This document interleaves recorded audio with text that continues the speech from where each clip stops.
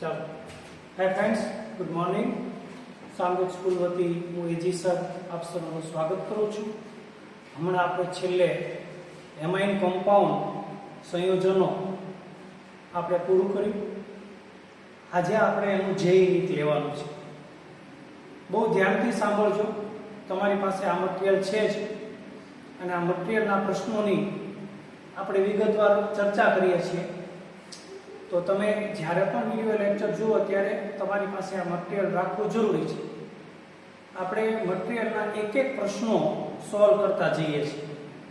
જરૂર પડે કે આપણે બોર્ડ વર્ક કરશું, જરૂર પડે ત્યાં રિએક્શન લખશું, અને એક એક ટોપિક આપણે ક્લિયર કરતા જઈએ છીએ. તો પહેલો પ્રશ્ન છે આપણી પાસે, નીચેનામાંથી સાચું વિધાન કયું છે? પહેલું વિધાન આપ્યું છે મિથાઇલ એમાઇન થોડો એસિડિક ગુણધર્મ ધરાવે છે. મિથાઇલ એમાઇન છે બેઝિક છે એટલે થોડો એસિડિક ગુણધર્મ ધરાવવાનો પ્રશ્ન નથી આવતો. એમોનિયા કરતા મિથાઇલ એમાઇનની બેઝિકતા વધારે છે? ના, કારણ કે મિથાઇલ એમાઇનની અંદર અને એમોનિયાની અંદર આલ્કાઇલ ગ્રુપ મિથાઇલ એમાઇનમાં છે, એટલે આલ્કાઇલ ગ્રુપ ઇલેક્ટ્રોન દાતા છે, એટલે એમોનિયા કરતા એની બેઝિકતા વધારે છે. એ આપણે ઓલરેડી સાબિત કરી ચૂક્યા છીએ. Na3 કરતા મિથાઇલ એમાઇન પ્રબળ બેઝ છે, તો કે હા, Na3 કરતા મિથાઇલ એમાઇન છે એ પ્રબળ બેઝ છે. કારણ કે Na3 અને મિથાઇલ એમાઇન ની અંદર પ્રશ્ન ક્યાં આવ્યો? તો કે Na3 અને મિથાઇલ એમાઇન માં તમે જોશો તો Na3 અને મિથાઇલ એમાઇન એટલે CH3NH2. તો આની અંદર આ આલ્કાઇલ સમૂહ છે એ ઇલેક્ટ્રોન દાતા છે. આલ્કાઇલ સમૂહ ઇલેક્ટ્રોન દાતા હોવાથી નાઇટ્રોજન ઉપર ઇલેક્ટ્રોનની ઘનતા વધી જાય, એટલે એમોનિયા કરતા આ જે મિથાઇલ એમાઇન છે એ પ્રબળ બેઝ છે. એટલે આ વિધાન આપણું સાચું છે. મિથાઇલ એમાઇન આલ્કલી સાથે ક્ષાર બનાવે છે. એમાઇન છે એ બેઝ છે, એટલે એ આલ્કલી એટલે બેઝ સાથે ક્ષાર ન બનાવે, બેઝ એસિડ સાથે ક્ષાર બનાવે. એટલે વિધાન જે સી છે એ આપણું સાચું છે.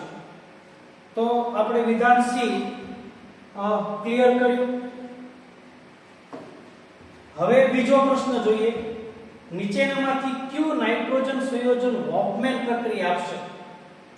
તો આપણે હોફમેન પ્રક્રિયાનો જો અભ્યાસ કરીએ તો હોફમેન પ્રક્રિયા છે એ એમાઇડ હોફમેન પ્રક્રિયા આપે છે. એટલે આ છે એ એમાઇડ નથી, RCONH2 એ એમાઇડ છે. તો એમાઇડ હોફમેન પ્રક્રિયા આપે છે. હોફમેન પ્રક્રિયા આપણે જો સમજવું હોય તો હોફમેન પ્રક્રિયા આપણને પ્રાઇમરી એમાઇડ એ આપે છે. તો આપણે હોફમેન પ્રક્રિયા આપણે લખીએ તો અહીંયા હોફમેન પ્રક્રિયા લખું છું કે RCONH2 આ એમાઇડ છે. એની હોફમેન પ્રક્રિયા કરવા માટે અહીંયા Br2 આવે અને 4KOH આવે. પછી આપણને RNH2 મળે, એટલે RNH2 મળ્યો. પછી 2 Br અને 2 K આવી જાય એટલે +2KBr થાય. અને હવે CH છે, એક O, બીજો O, આ 4 O, અને K 2 વધ્યા એટલે K2CO3 કરીએ, અને 4H અને હજી 2 વધ્યા એટલે +2H2O કરીએ. એટલે હોફમેન પ્રક્રિયા આપણને પ્રાઇમરી એમાઇન આપે, અને એમાઇડ જ હોફમેન પ્રક્રિયા આપે. આ હોફમેન પ્રક્રિયા તમને ટેક્સ્ટ બુકમાં આપેલી છે. તો તમારે ઘણી વખત એવો પ્રશ્ન આવે કે હોફમેન પ્રક્રિયા કયો પ્રક્રિયા આપે? તો હોફમેન પ્રક્રિયા છે એમાઇડ આપે. હોફમેન પ્રક્રિયા કઈ નિપજ આપે? તો હોફમેન પ્રક્રિયા છે પ્રાઇમરી એમાઇન નિપજ આપશે. બરોબર ધ્યાન રાખજો. બે પ્રશ્નો આપણે ટ્વિસ્ટ કરી અને ડિસ્કસ કરી શકીએ કે હોફમેન પ્રક્રિયા કયો પ્રક્રિયક આપે? તો કે હોફમેન પ્રક્રિયા છે એમાઇડ પ્રક્રિયક આપે. એમાઇડ ની હોફમેન પ્રક્રિયા થાય એટલે એક ઓછા કાર્બન વાળો અહીંથી CO છે VH2 RNH2 નિપજ મળી એટલે આપણે એવું કહી શકીએ કે એક ઓછા કાર્બન વાળી નિપજ મળે. એટલે તમને એવો એક પ્રશ્ન પૂછી શકે કે એક ઓછા કાર્બન વાળી નિપજ કઈ પ્રક્રિયા આપે? રીમાર-પીમાન પ્રક્રિયા, કાર્બાઇલ એમાઇન પ્રક્રિયા, હોફમેન પ્રક્રિયા, એમ તમને જુદી જુદી 4 પ્રક્રિયાઓના નામ આપ્યા હોય. તમારે જેઈ નીટની અંદર અગત્યનું ઈ છે કે એક જ પ્રશ્ન પાકો નથી કરવાનો. ઈ એક પ્રશ્નમાંથી તમને કેટલા બીજા પ્રશ્નો પૂછી શકાય ઈ તમારે વિચારવાનું છે. એક પ્રશ્નના મિનિમમ 3 પ્રશ્નો તમે બનાવતા થાવ ત્યારે તમારું લોજિક ડેવલપ થશે. હોફમેન પ્રક્રિયા પ્રાઇમરી એમાઇન આપે. હોફમેન પ્રક્રિયા માટે પ્રક્રિયક તરીકે એમાઇડ જોઈએ. હોફમેન પ્રક્રિયા એક ઓછા કાર્બન વાળી નિપજ આપે. કઈ પ્રક્રિયા એક ઓછા કાર્બન વાળી નિપજ આપે? હોફમેન પ્રક્રિયા એક ઓછા કાર્બન વાળી નિપજ આપે. આમ તમે ઘણા બધા પ્રશ્નો એક પ્રશ્નના જવાબમાં જ્યારે તમે વિચારતા થાવ ત્યારે તમે જેઈ નીટ માટે તમારું લોજિક તમે ડેવલપ કર્યું છે એવું આપણે બતાવી શકીએ. ત્રીજો પ્રશ્ન છે એ ત્રીજા પ્રશ્નની અંદર પહેલા આપણે થોડું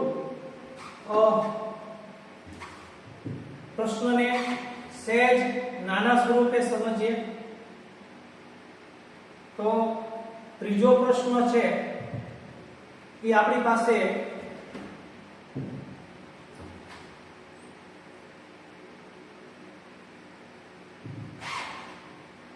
હજી સહેજ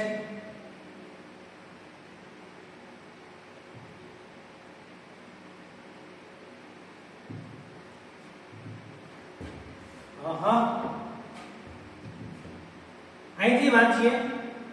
કાર્બાઇડ એમાઇન કસોટી માટે ગરમ આલ્કોહોલિક KOH સાથે કયો પ્રક્રિયા કરે? એટલે તમારે કાર્બાઇડ એમાઇન પ્રક્રિયા કરવી હોય તો કાર્બાઇડ એમાઇન પ્રક્રિયા માટે તમારે કયા પ્રક્રિયકોની જરૂર પડે? જેમાં તમારે આલ્કોહોલિક KOH વાપરવાનો છે. તો તમને ખબર છે કે કાર્બાઇડ એમાઇન પ્રક્રિયા પ્રાથમિક એમાઇન અને ક્લોરોફોર્મ સાથે જો તમે આલ્કોહોલિક KOH વાપરો તો તમને કાર્બાઇલ એમાઇન પ્રક્રિયા છે એ મળે છે.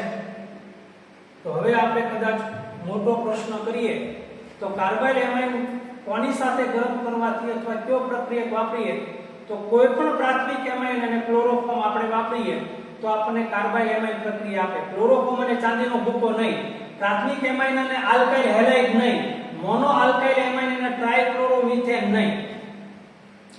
ફક્ત કોઈ પણ પ્રાથમિક એમાઇન અને ક્લોરોફોર્મ તમને કાર્બાઇલ એમાઇન પ્રક્રિયા આપે. આપણે કાર્બાઇલ એમાઇન પ્રક્રિયા લખીએ કારણ કે દરેક વખતે મારે તમને એ પ્રક્રિયા લખીને આપું તો તમને ખ્યાલ આવશે. તો RNH2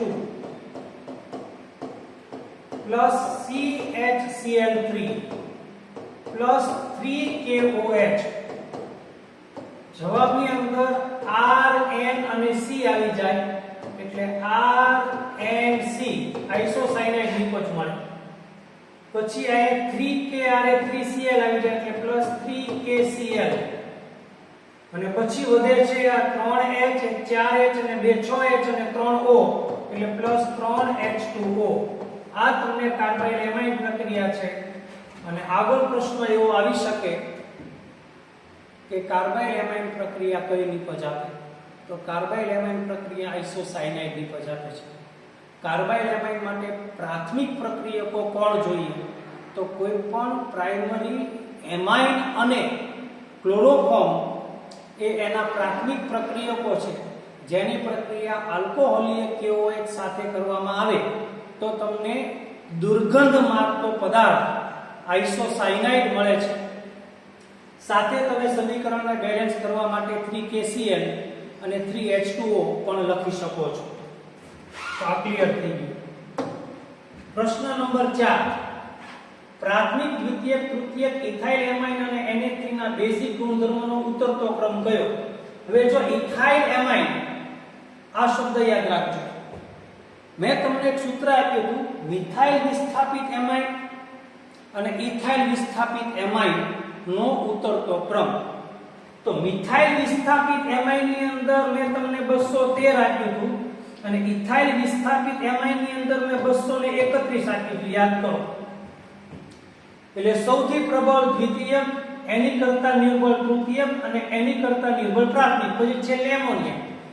તો તમારે આ 231 ઇથાઇલ વિસ્થાપિત એમાઇન છે અને ઇથાઇલ વિસ્થાપિત એમાઇન નો તમે ક્રમ જુઓ તો 231 આવે અને છેલ્લે એમોનિયા તો હોય જ તે, એ સૌથી નીચો ક્રમ ધરાવે છે. એટલે તમારે 231 ના ક્રમે તમારે સમજવાનું.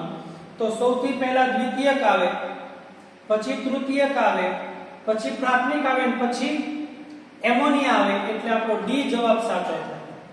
કારણ કે આ પહેલા દ્વિતીયક છે, પછી આ તૃતીયક છે અને આ પ્રાથમિક છે અને પછી એમોનિયા છે. એટલે આ પ્રશ્નને તમે જો જુદી રીતે સમજવો હોય એવું કહી શકો કે ઇથાઇલ વિસ્થાપિત એમાઇન ની બદલે તમને મિથાઇલ વિસ્થાપિત એમાઇન નો ઉતરતો ક્રમ આપી દે તો તમારે 213 પ્રમાણે દ્વિતીયક, પ્રાથમિક અને તૃતીયક ઉતરતા ક્રમમાં આવે અને ઇથાઇલ વિસ્થાપિત એમાઇન માટે તમારે ઉતરતો ક્રમ છે એ 231 આવે છે. દ્વિતીયક, તૃતીયક અને પ્રાથમિક અનુક્રમે ઉતરતો ક્રમ અને છેલ્લે એનો બેઝિકતાનો ઉતરતો ક્રમ એમોનિયા છે. સૌથી નિર્બળ બેઝ એમોનિયા છે. એટલે અહીંયા બે પ્રશ્નોનો તમારે વિચાર કરવાનો. ઇથાઇલ વિસ્થાપિત એમાઇન નો પ્રશ્ન છે, તમારે એની સાથે મિથાઇલ વિસ્થાપિત એમાઇન ઉતરતો ક્રમ વિચારી લેવાનો. એટલે ફરીથી મેં તમને આંકડા આપી દીધા 213 અને 231 અને 231. આપણો જવાબ સાચો આવશે. તમે બહુ ક્લિયરલી સમજી ગયા. પછી પાંચમો પ્રશ્ન, એસિટેમાઇડ અને ઇથાઇલ એમાઇન વચ્ચેનો ભેદ કઈ પ્રક્રિયા વડે સ્પષ્ટ થશે? તો એસિટેમાઇડ અને ઇથાઇલ એમાઇનની પ્રક્રિયા છે એ પ્રાયોગિક પ્રક્રિયા છે અને એ પ્રાયોગિક પ્રક્રિયામાં જ્યારે તમે જલીય NaOH સાથે એને ગરમ કરો ત્યારે એમોનિયા વાયુ ઉત્પન્ન થાય. બાકીમાં એમોનિયા વાયુ ઉત્પન્ન થતો નથી. એટલે કે એસિટેમાઇડ એમોનિયા વાયુ ઉત્પન્ન કરે પણ ઇથાઇલ એમાઇન છે એ એમોનિયા વાયુ ઉત્પન્ન કરતો નથી. એટલે તમારે એ પ્રક્રિયાને સાબિત કરવા માટે જલીય NaOH સાથે એને ગરમ કરવું પડે. એટલે આપણે એસિટેમાઇડ છે એને જલીય NaOH સાથે ગરમ કરીએ એટલે Cl3CONH2 આ એસિટેમાઇડ છે. એને જલીય NaOH સાથે ગરમ કરો એટલે આ NaOH સાથે એને તમે ગરમ કર્યા, બરોબર? આ aqueous NaOH. પ્રક્રિયા શું થશે? તો કે આ જે NaO છે એ અહીંયા Cl3CO સાથે જોડાઈ જાય એટલે જવાબ મળે Cl3COO Na મળે અને અહીંયા જે એક H વધ્યો અને આ NH2 છે એ ઉમેરાઈ જાય એટલે પ્લસ NH3 મળે. ફક્ત એમાઇડ જ એમોનિયા વાયુ ઉત્પન્ન કરી શકશે જ્યારે ઇથાઇલ એમાઇન છે એ પ્રયોગશાળામાં એમોનિયા વાયુ ઉત્પન્ન નહીં કરે. એટલે પ્રક્રિયા કરવા માટે તમારે જલીય NaOH સાથે એને ગરમ કરો અને એમોનિયા ઉત્પન્ન થશે. એ એમોનિયા ઉત્પન્ન એમાઇડમાં થશે પણ પ્રાથમિક એમાઇડમાં ઉત્પન્ન નહીં થાય.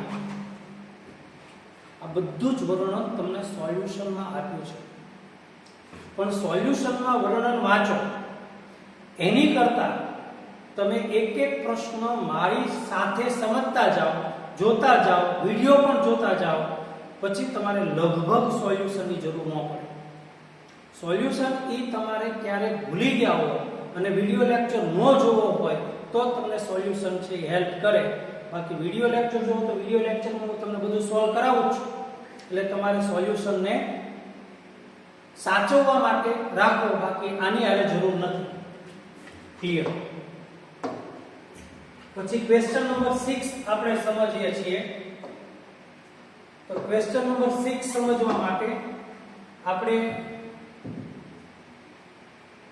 ક્વેશ્ચન નંબર 6 એસિટોનાઇટ્રાઇલ અને ઠંડા HCl વડે આંશિક જળ વિભાજન કરતા કયો પદાર્થ મળે? આ પ્રશ્ન છે. એસિટિક એસિડ મળે, એસિટેમાઇડ મળે, મિથાઇલ સાયનાઇડ મળે અને એસિટિક એનાઇડાઇડ મળે. એટલે એસિટોનાઇટ્રાઇલ નું ઠંડા અને સાંદ્ર HCl વડે આંશિક જળ વિભાજન કરવાથી કયો પદાર્થ મળે? એટલે અહીંયા આપણે હવે પ્રશ્ન છે કે આને આપણે ડોટ કરશું તો બધું ભેગું થઈ જશે. એટલે એસિટોનાઇટ્રાઇલ લખું છું કે C લખવું પડશે. એસિટોનાઇટ્રાઇલ એટલે CH3 એસિટોનાઇટ્રાઇલ એટલે CN. ઓકે, આ છે એસિટોનાઇટ્રાઇલ, બરોબર.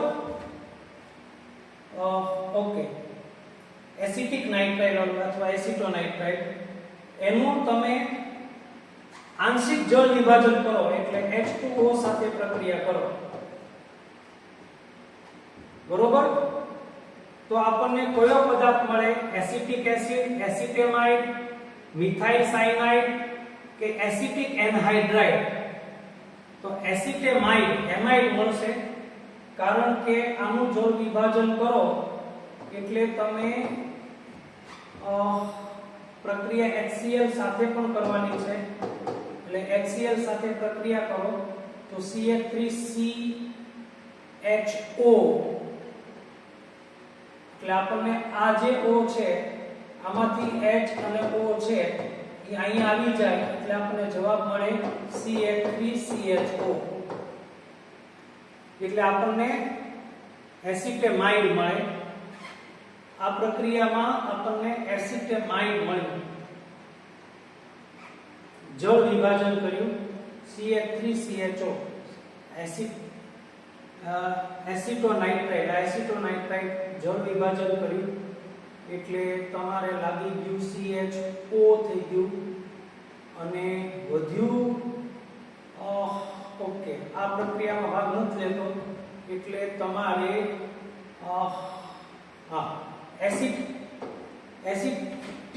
એસિટેમાઇડ મળશે. સોરી, CONH2 થશે. ઓકે, એસિટેમાઇડ મળશે. આમાં H2O ઉમેરી દેવાનું. સોરી, એક મિનિટ ફરીથી લખવું પડશે. એસિટોનાઇટ્રાઇલ એટલે CH3C=O, એનું જળ વિભાજન કરો એટલે H2O સાથે જળ વિભાજન કરવાનું. એટલે આમાં H2O ઉમેરી દો તો શું થઈ જાય છે કે CH3CONH2 થઈ જશે. આ રીતે આ O અહીંયા આવી જાય એટલે CO થઈ જાય અને આ N આરે H2 થઈ જાય એટલે NH2 મળે. અહીંયા HCl ની હાજરીમાં પ્રક્રિયા થાય છે એટલે આપણને એસિટેમાઇડ મળ્યું. હવે ક્લિયર થઈ ગયું. એટલે અહીંયા પ્રશ્ન એવો છે કે એસિટોનાઇટ્રાઇલ નું ઠંડા અને સાંદ્ર HCl વડે જળ વિભાજન કરવાનું. એટલે પ્રક્રિયાની અંદર ઉમેરાશે પાણીનો અણુ અને આની ખાલી હાજરી છે. એટલે CH3Cl ની અંદર તમે O અને H2 ઉમેરી દો એટલે CH3CONH2 થઈ જાય, જેને કહેવાય છે એસિટેમાઇડ. એટલે આપણો જવાબ B થશે. એસિટેમાઇડ છે એ આપણો સાચો જવાબ છે. આ રિએક્શન ક્લિયર થઈ ગઈ. અને ઇથેન નાઇટ્રાઇલ પણ કહેવામાં આવે છે અને મિથાઇલ સાયનાઇડ પણ કહેવામાં આવે. તમને એસિટોનાઇટ્રાઇલ ની બદલે પ્રશ્નો જુદી રીતે પણ પૂછી શકે. મિથાઇલ સાયનાઇડ વડે જળ વિભાજન, મિથાઇલ સાયનાઇડ નું જળ વિભાજન થાય તો કયો નિપજ મળે? આને એસિટેમાઇડ કીધું, પણ આને ઇથેનેમાઇડ પણ કહેવામાં આવે. એટલે આ પ્રશ્નને તમે આયુપેક નામના સંદર્ભમાં સમજો તો આના બે ત્રણ પ્રશ્નો થઈ જાય. આ પ્રશ્ન હું એમ કહું મિથેન સાયનાઇડ ની અથવા મિથાઇલ સાયનાઇડ નું જળ વિભાજન કરવાથી કઈ નિપજ મળે? તો ઇથેનેમાઇડ મળે અથવા એસિટેમાઇડ મળે. આવી રીતે નાઇટ્રાઇલના સંદર્ભમાં પ્રશ્ન પૂછું તો ઇથેન નાઇટ્રાઇલ નું જળ વિભાજન કરવાથી કઈ નિપજ મળે? તો ઇથેનેમાઇડ મળે અથવા એસિટેમાઇડ મળે. એસિટેમાઇડ છે એનું સામાન્ય નામ છે અને ઇથેનેમાઇડ છે એનું આયુપેક નામ છે. કોઈ પ્રશ્નને એક પ્રશ્ન તરીકે ન સમજો. એ પ્રશ્નને તમે જુદી જુદી રીતે સામાન્ય નામ ઉપર પ્રશ્ન હોય તો આયુપેક નામ ઉપર લઈ જવા પ્રયત્ન કરો. આયુપેક નામ ઉપર પ્રશ્ન હોય તો સામાન્ય નામ ઉપર લઈ જવા પ્રયત્ન કરો. ટૂંકમાં તમે પ્રશ્નને ટ્વિસ્ટ કરી અને સમજવા પ્રયત્ન કરો. હવે આપણે પાછા ઝૂમ કરી લઈએ. હવે આપણી પાસે 7મો પ્રશ્ન આવી ગયો છે. ઓકે,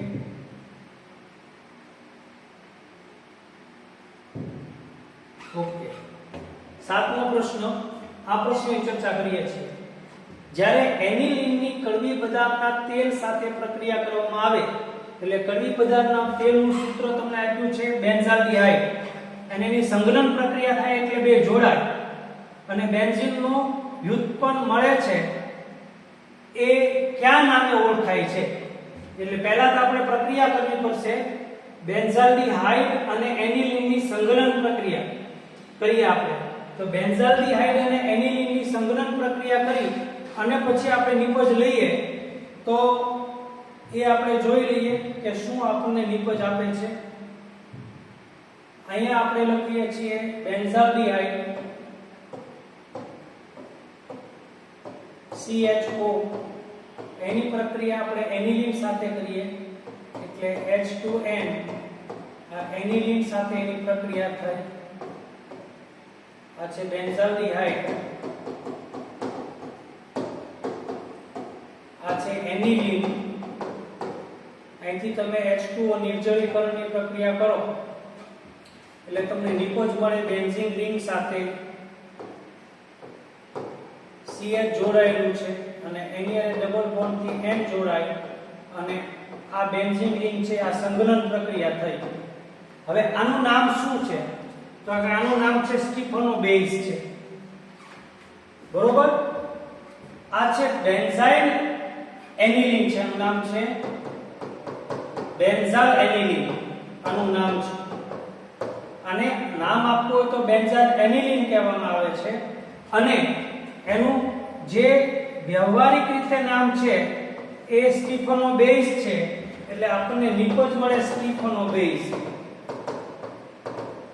આ સંઘનન પ્રક્રિયા કરી બેન્ઝાલ્ડિહાઇડ અને એનિલિનની સંઘનન પ્રક્રિયા થાય, પાણીનો અણુ દૂર થાય એટલે આપણને આ નિપજ મળે અને આ નિપજને કહેવાય સ્ટીફનોબેઝ. તમારો આન્સર થશે સી. બરોબર? સંઘનન પ્રક્રિયા એટલે બે અણુઓ એકબીજા સાથે જોડાય. થઈ ગયું ક્લિયર? ઓકે. પછી 8મો પ્રશ્ન આપણે સમજવા માટે આગળ વધીએ. 8મો પ્રશ્ન સમજવા માટે આગળ વધીએ તો 8મો પ્રશ્ન શું કહે છે?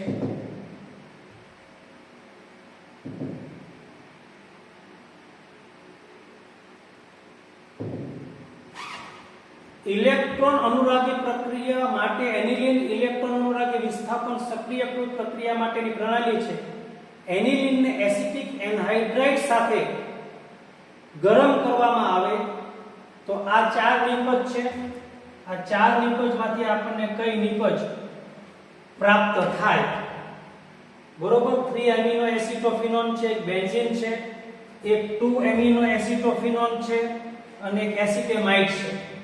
તો આપણે એનિલિનની પ્રક્રિયા કરીએ છીએ કોની સાથે? એસિટિક એન્હાઇડ્રાઇડ સાથે પ્રક્રિયા કરીએ અને નિપજ આપણે જોઈએ કે કઈ નિપજ મળે છે.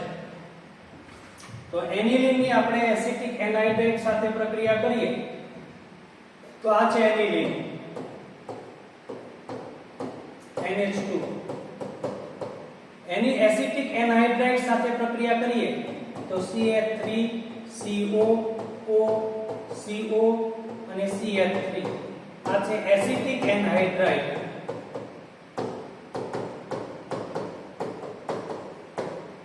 તો આમાંથી એક H નું વિસ્થાપન થશે અને EH અહીંયા જોડાઈ જાય એટલે આપણી પાસે CH3COOH થઈ જાય અને જે H ગયો ત્યાંથી આપણે COCH3 જોડી દઈએ બેન્ઝીન વલય સાથે અને અહીંથી એક H ને આપણે દૂર કરીએ એટલે આપણને એસિટેમાઇડ નિપજ મળશે NHCOCH3.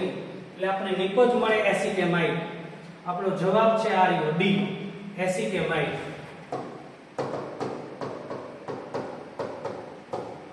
આ ઓલરેડી પ્રક્રિયા આપણે કરી ચૂક્યા છે.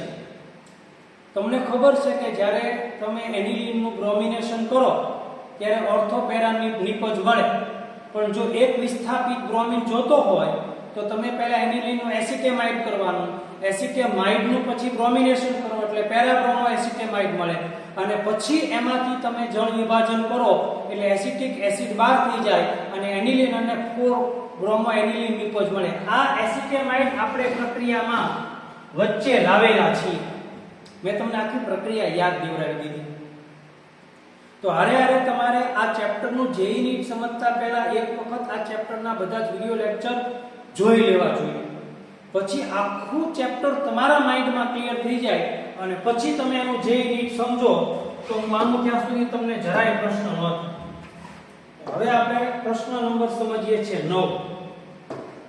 તો 9મો પ્રશ્ન શું કહે છે એ જરા આપણે જોઈ લઈએ. 9મો પ્રશ્ન છે ઈ પેપ્ટાઇડના અંતિમ અવશેષ n નક્કી કરવા માટે. આ પ્રશ્ન આપણે કેન્સલ કરીએ છીએ કારણ કે પેપ્ટાઇડ બંધની આપણે આ ચેપ્ટરમાં વાત નથી કરી. એટલે હવે આપણે સમજીએ છીએ 10મો પ્રશ્ન. એક પ્રક્રિયા નીચેના ક્રમમાં આગળ વધે છે. સંયોજન A એનું રિડક્શન થયું, એમાંથી સંયોજન B મળ્યું, એનું HNO2 સાથે પ્રક્રિયા કરી એટલે આપણને જે નિપજ મળે એ નિપજની પ્રક્રિયામાં તમે આગળ પ્રક્રિયા કરો એટલે ઇથેનોલ મળે. એટલે ઇથેનોલ આપણને શેમાંથી મળે છે? તો હું માનું ત્યાં સુધી આ મિથાઇલ સાયનાઇડ છે એનું જળ વિભાજન કરો, રિડક્શન કરો એટલે મિથેનેમાઇન મળે. મિથેનેમાઇનનું HNO2 સાથે પ્રક્રિયા કરો એટલે ડાયઝોનિયમ નિપજ મળે અને ડાયઝોનિયમ નિપજનું જળ વિભાજન કરો એટલે તમને ઇથેનોલ નિપજ મળી જાય. જોઈએ આપણે પ્રક્રિયા લખીએ છીએ. તમને પ્રશ્ન હું બતાવી દઉં. પ્રશ્ન શું છે એ તમે જોઈ લો પછી આપણે આગળ સમજીએ. એક પ્રક્રિયા નીચેના ક્રમમાં આગળ વધે છે. સંયોજન A કયું છે એનું રિડક્શન કરો તો સંયોજન B મળે અને એનું HNO2 સાથે પ્રક્રિયા કરો પછી નિપજ મળે એનું CH3CH2 આપણને આગળ પ્રક્રિયા નિપજમાં મળે તો સંયોજન A શું છે? તો અહીંયા આપણે પ્રાથમિક એમાઇન પહેલા બનાવવો પડશે રિડક્શન પ્રક્રિયા કરીને. હવે આપણે પ્રાથમિક એમાઇન બનાવીએ. તો પ્રાથમિક એમાઇન બનાવવા માટે સૌથી પહેલા આપણે CH3CN લઈએ. આ છે CH3CN. એનું આપણે 4H રિડક્શન કરીએ લિથિયમ એલ્યુમિનિયમ હાઇડ્રાઇડ દ્વારા એટલે આપણને 4H માંથી 2H C સાથે જોડાય અને 2H N સાથે જોડાય એટલે CH3CH2 NH2 બને.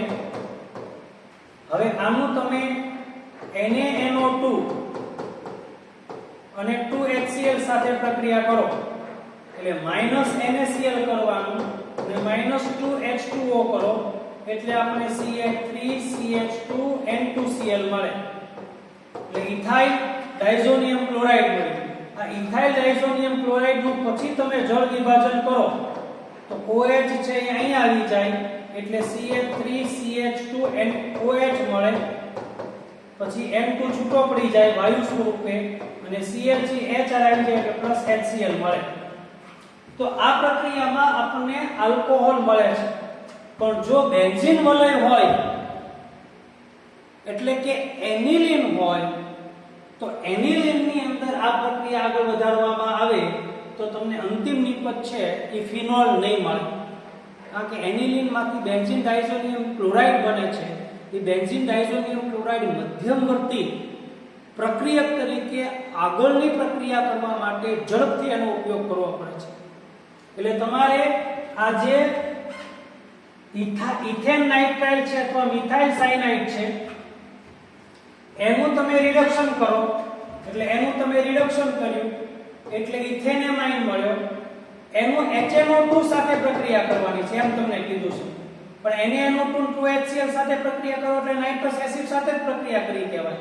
એટલે -NaCl તમે બાદ કરો Na અને Cl તમે બાદ કરો એટલે તમારી પાસે જવાબની અંદર CH3N2Cl આવી જાય. CH3N2Cl છે એનું તમે જળ વિભાજન કરો એટલે તમને ઇથેનોલ મળે. N2 છૂટો પડે અને HCl છૂટો પડે. આ પ્રક્રિયા પણ ખૂબ જાણીતી પ્રક્રિયા છે, આપણે કરી ચૂક્યા છીએ. પણ અહીંયા બેન્ઝીન વલય ઉપર આપણે પ્રક્રિયા કરી છે. આ આલ્કાઇલ સાથેની પ્રક્રિયા છે. પછી આગળ આપણે જોઈએ, સોરી બેકગ્રાઉન્ડ કાઢવું પડશે. With background. હવે આગળનો પ્રશ્ન સમજીએ. 10મો પ્રશ્ન પૂરો થઈ ગયો. 11મો પ્રશ્ન સમજીએ.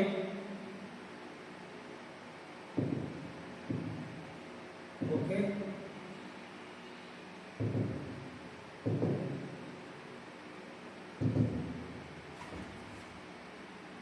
11મો પ્રશ્ન શું કહે છે સમજો.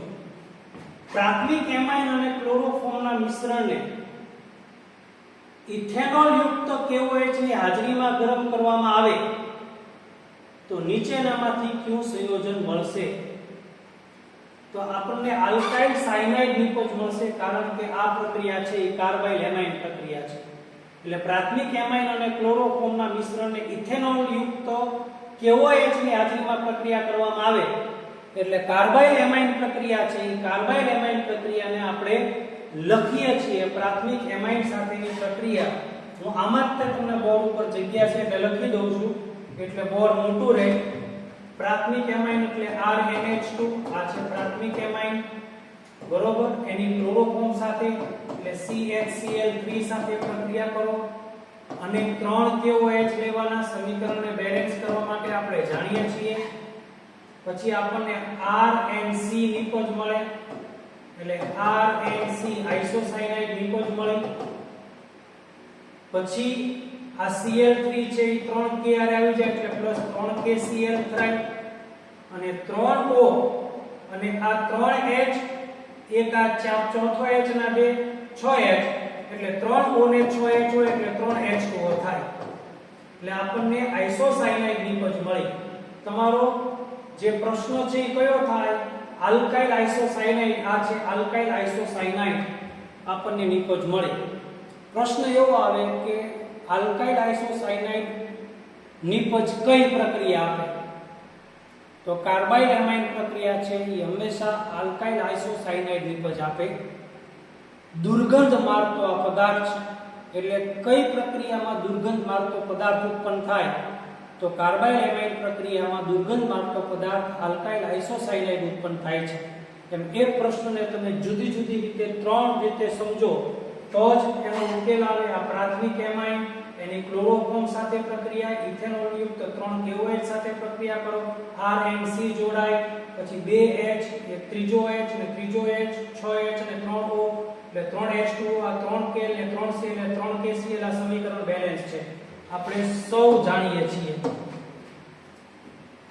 12મો પ્રશ્ન. એનિલિનની બ્રોમિન જળ સાથે પ્રક્રિયા કરતા પ્રાપ્ત નિપજની જલીય NaNO2 સાથે મંદ HCl ની હાજરીમાં પ્રક્રિયા થાય ત્યારે ટેટ્રાફ્લોરોબોરેટ મળે, જેને ગરમ કરતા અંતિમ નિપજ કહીએ છે. આ આખી પ્રક્રિયા તમારે લખીને સમજવી પડે. એટલે અહીંયા હું સમજાવું છું તમને કે એનિલિનની બ્રોમિન જળ સાથે પ્રક્રિયા કરવામાં આવે એટલે જે આપણને નિપજ મળે એનું તમે NaNO2 અને મંદ HCl સાથે પ્રક્રિયા કરો એટલે ડાયઝોનિયમ નિપજ મળશે. અને પછી એમાંથી ટેટ્રાફ્લોરોબોરેટ નિપજ મેળવવાની છે અને ટેટ્રાફ્લોરોબોરેટને ગરમ કરવાથી કઈ નિપજ મળશે ઈ નિપજ હું તમને બનાવી દઉં છું. અને પછી આપણે વિકલ્પો ચેક કરીએ વિકલ્પ આમાં છે કે નહીં. નિપજ બનાવી દઉં તમને. તો અહીંયા હું લખીશ તો કદાચ સમાઈ જશે. ઓકે, એનિલિનની બ્રોમિન જળ સાથે પ્રક્રિયા કરો એટલે આ છે એનિલિન, બરોબર. એની બ્રોમિન જળ સાથે પ્રક્રિયા કરો એટલે ઓર્થોપેરા નિર્દેશક છે એટલે આપણે 2,4,6 ટ્રાઇબ્રોમો એનિલિન મળે. NH2M નો અહીંયા Br, અહીંયા Br અને અહીંયા Br. આ 2,4,6 ટ્રાઇબ્રોમો એનિલિન મળે. હવે એની પ્રક્રિયા આપણે NaNO2 ને HCl સાથે કરવાની એટલે એની પ્રક્રિયા આપણે અહીંયા NaNO2 અને 2HCl આરે કરીએ. આપણે જાણીએ છીએ 2HCl વાપરવાનો છે એટલે -NaCl કરવાનું અને -2H2O કરો એટલે જે બ્રોમિન નું સ્થાન એમનું રહે છે. આ N2Cl થઈ જાય અને બ્રોમિન નું સ્થાન એમનું રહે છે. હવે એની પ્રક્રિયા કરવાની છે ટેટ્રાફ્લોરોબોરેટ બનાવવા માટે તમારે HBF4 સાથે પ્રક્રિયા કરવાની. HBF4 સાથે પ્રક્રિયા કરો તો H અને Cl છે એ ઉડી જાય, એટલે તમારી પાસે આવો જવાબ આવે. ભલે થોડું કામ ગોટાળા જેવું લાગે પણ તમે એક એક સ્ટેપ સમજજો. N2 આ પ્લસ હોય ને BF4 માઈનસ હોય. બાકી બ્રોમિનનું સ્થાન ત્રણેય જગ્યાએ એમનું છે, એને આપણે કાઢવાનું નથી. હવે તમે આને ગરમી આપો, એટલે ગરમી આપો એટલે તમારે N2 છૂટો પડે, BF3 છૂટો પડી જાય અને એક F છે એ અહીંયા આવી જાય બેન્ઝીન રિંગ ઉપર, એટલે બેન્ઝીન રિંગ ઉપર ફ્લોરીન રહી જાય અને 3 Br છે એ એમનું રહે. એટલે નિપજ મળે તમને 246 ફ્લોરોબેન્ઝીન. શું મળે? 246 ટ્રાયફ્લોરોબેન્ઝીન નિપજ મળે. આ સાચી પ્રક્રિયા છે. 246 ટ્રાયબ્રોમો ફ્લોરોબેન્ઝીન આ નિપજ છે. હવે પ્રક્રિયકમાં જુઓ તો 135 ટ્રાયબ્રોમોબેન્ઝીન નો આવે, પેરાબ્રોમો ફ્લોરોબેન્ઝીન આઈ નો આવે, પી બ્રોમોએનિલીન આઈ નો આવે. અહીંયા 246 ટ્રાયબ્રોમો, અહીંયા આવે ફ્લોરોબેન્ઝીન. અહીંયા ફ્લોરો શબ્દ લખવાનું રહી ગયું છે. તમે જ્યારે મટીરીયલ તપાસશો ત્યારે તમને નિપજ છે આ મળશે, એટલે તમારો જવાબ થાય 246 ટ્રાયબ્રોમો ફ્લોરોબેન્ઝીન. આ તમને નિપજ મળે. આને આપણે ક્લીન કરીએ, બરોબર, અને ક્વિટ થઈ જઈએ આપણે. પછી આપણે ફરીથી આ પ્રક્રિયાને સમજીએ. તો એનિલીન છે, તો આ છે એનિલીન. ફરીથી સમજીએ છીએ, તમને યાદ રહી જાય ને એટલે. તો એનિલીન છે, બરોબર. આ એનિલીન નું આપણે બ્રોમિનેશન કરીએ, એટલે અહીંયા 3Br2 કરીએ, -3HBr થઈ જાય, બરોબર. એટલે આપણને નિપજ મળે 246 ટ્રાયબ્રોમો એનિલીન. આ NH2 અહીંયા Br આવી જાય, અહીંયા Br આવી જાય અને અહીંયા Br આવી જાય. હવે આનું તમે બેન્ઝીન ડાયઝોલ N2 NaNO2 અને 2HCl સાથે પ્રક્રિયા કરો એટલે તમને 246 ટ્રાયબ્રોમો બેન્ઝીન ડાયઝોનિયમ ક્લોરાઇડ મળે. આ N2Cl મળે અને અહીંયા Br આવી જાય, અહીંયા Br આવી જાય અને અહીંયા Br આવી જાય. હવે આની પ્રક્રિયા HBF4 સાથે કરો એટલે આ Cl અને H જોડાઈ જાય અને આ BF4 N2 આરે જોડાય, N2 પ્લસ થઈ જાય અને BF4 માઈનસ થઈ જાય, એટલે આપણને આવો જવાબ મળે. આ બ્રોમિનનું સ્થાન એમનું, બ્રોમિનનું સ્થાન નથી બદલાવાનું. અહીંયા આવે N2BF4, BF4 માઈનસ છે અને N2 પ્લસ છે. આને તમે ગરમ કરો એટલે એક ફ્લોરીન બેન્ઝીન રિંગ ઉપર આવી જાય, એટલે ફ્લોરોબેન્ઝીન નિપજ મળે આપણને અને 3 Br એના સ્થાને એમનું રહે, એટલે આપણી પાસે આવી જાય 246 ટ્રાયબ્રોમો ફ્લોરોબેન્ઝીન. 246 ટ્રાયબ્રોમો ફ્લોરોબેન્ઝીન આવી નિપજ મળે. આને તમને આખી પ્રક્રિયા ફરીથી કરીને બતાવી, મટીરીયલમાં તમને પ્રક્રિયા આપેલી છે, એટલે તમે ધ્યાન રાખીને સમજજો. રેડી? પછી પ્રશ્ન નંબર 13. નીચે દર્શાવેલી પ્રક્રિયામાં Y કયો પદાર્થ છે? નીચે દર્શાવેલી પ્રક્રિયામાં Y કયો પદાર્થ છે એ આપણે જોઈએ. CH3Cl ની 2H સાથે પ્રક્રિયા કરવાની. આપણે CH3Cl ની 2H સાથે પ્રક્રિયા કરીએ. CH3Cl એની 2H સાથે પ્રક્રિયા કરીએ એટલે આપણને જવાબ શું મળે? CH3NH2 મળે, બરોબર. CH3Cn સાથે પ્રક્રિયા કરો એટલે આપણે ખરેખર તો CH3Cn એની આરે પ્રક્રિયા કરો એટલે CH3CH2NH2 મળે. 2H સાથે પ્રક્રિયા કરવાની જરૂર નથી.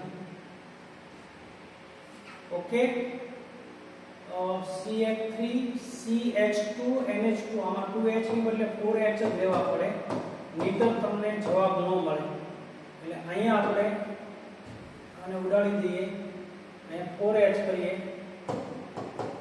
એટલે CH3 CH2 NH2 મળે. એનું તમે પાણીના અણુ સાથે પ્રક્રિયા કરો તો આના પાણીના અણુ સાથે પ્રક્રિયા કરવામાં આવે તો તમારી નિપજ મળે CH3CHO. ઓકે 2H સાથે પ્રક્રિયા કરીએ. હજી કંઈક આમાં કરેક્શન માંગે છે. 2H સાથે પ્રક્રિયા કરીએ તો CH3CH ડબલ બોન્ડ NF થાય. ઓકે 2H સાથે જ પ્રક્રિયા કરવાની છે. આનું તમે પાણીના અણુ સાથે પ્રક્રિયા કરો H2O તો O અહીંયા આવી જાય અને 2H NH સાથે જોડાઈ જાય એટલે CH3CHO બની જાય અને NH આરે 2H જોડાય એટલે પ્લસ NH3 બની જાય. એટલે નિપજ આપણને ઇથેનોલ મળે. નિપજ મળે એસિટાલ્ડિહાઇડ. ઇથેનોલ એનું આયુપેક નામ છે અને સામાન્ય નામ છે એસિટાલ્ડિહાઇડ. એટલે આપણે નિપજ એસિટાલ્ડિહાઇડ મળ્યું. ફરીથી સમજો, આને હું ફરીથી સમજાવું છું, ધ્યાન આપજો. મને ઈ ગમે નહીં. પ્રશ્ન શું છે આપણી પાસે કે CH3Cl ની 2H સાથે જ પ્રક્રિયા કરવાની છે. CH3Cl ની 2H સાથે પ્રક્રિયા કરવાની છે. એક H Cr જોડાય અને એક H Nr જોડાય એટલે આપણને જવાબ મળે CH3CH ડબલ બોન્ડ NH મળે. પછી એને ઉકળતા પાણી સાથે, ઉકળતું પાણી એટલે જળ વિભાજન, ગરમ પાણી એટલે પાણી સાથે પ્રક્રિયા કરવાની H2O સાથે. તો O તમે અહીંયા જોડી દો એટલે CH3CHO થઈ જાય અને H2 છે NH સાથે જોડી દો એટલે પ્લસ NH3 થઈ જાય અને નિપજ તમને ઇથેનોલ મળે અને એનું નામ છે એસિટાલ્ડિહાઇડ. એટલે તમને નિપજ એસિટાલ્ડિહાઇડ છે ઈ પ્રાપ્ત થાય છે. બીજી વખત મેં એટલે લખ્યું કારણ કે તમે વધારે ક્લિયર સમજો. તો હું માનું ત્યાં સુધી ક્લિયર થઈ ગયું છે. ઓકે, હવે આપણે પ્રશ્ન સમજીએ છીએ. 14મો પ્રશ્ન. 14મો પ્રશ્ન શું કહે છે? આ 13મો થઈ ગયો, આ પ્રશ્ન થઈ ગયો. 14મો, ફિનાઇલ આઇસોસાયનાઇડ ની બનાવટ માટે કઈ પ્રક્રિયાનો ઉપયોગ કરવામાં આવે છે? જ્યારે આઇસોસાયનાઇડ નિપજ બનાવવાની હોય ત્યારે તમારે કાર્બાઇલ એમાઇન પ્રક્રિયા જ કરવાની હોય. એટલે બહુ સ્વાભાવિક છે કે આ કાર્બાઇલ એમાઇન પ્રક્રિયા તમને જુદી જુદી રીતે પ્રશ્નોમાં આવી છે. એટલે ફિનાઇલ આઇસોસાયનાઇડ દુર્ગંધ મારતો પદાર્થ એ કાર્બાઇલ એમાઇન પ્રક્રિયાથી જ મળે આપણને, જે આપણે જાણીએ છીએ. 15મો પ્રશ્ન. 15મો પ્રશ્ન શું કહે છે? કાર્બનિક પદાર્થનું ઓક્સિજનની હાજરીમાં વિઘટન દરમિયાન જો વાસયુક્ત પદાર્થ ઉત્પન્ન ન થતો હોય તો કેવો પદાર્થ ઉત્પન્ન થાય?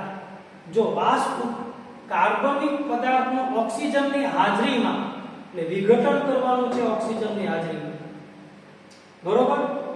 વિઘટન પ્રક્રિયા કરવાની હોય, જો વાસયુક્ત પદાર્થ ઉત્પન્ન ન થતો હોય તો તે પદાર્થને કેવો કહેવાય?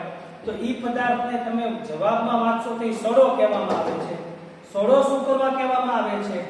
તો કે આજે નાઇટ્રોજનનું સ્થિરીકરણ, બિનનાઇટ્રીકરણ અને નાઇટ્રીકરણ, આમાં બધામાં નાઇટ્રોજનની હાજરી બતાવે છે.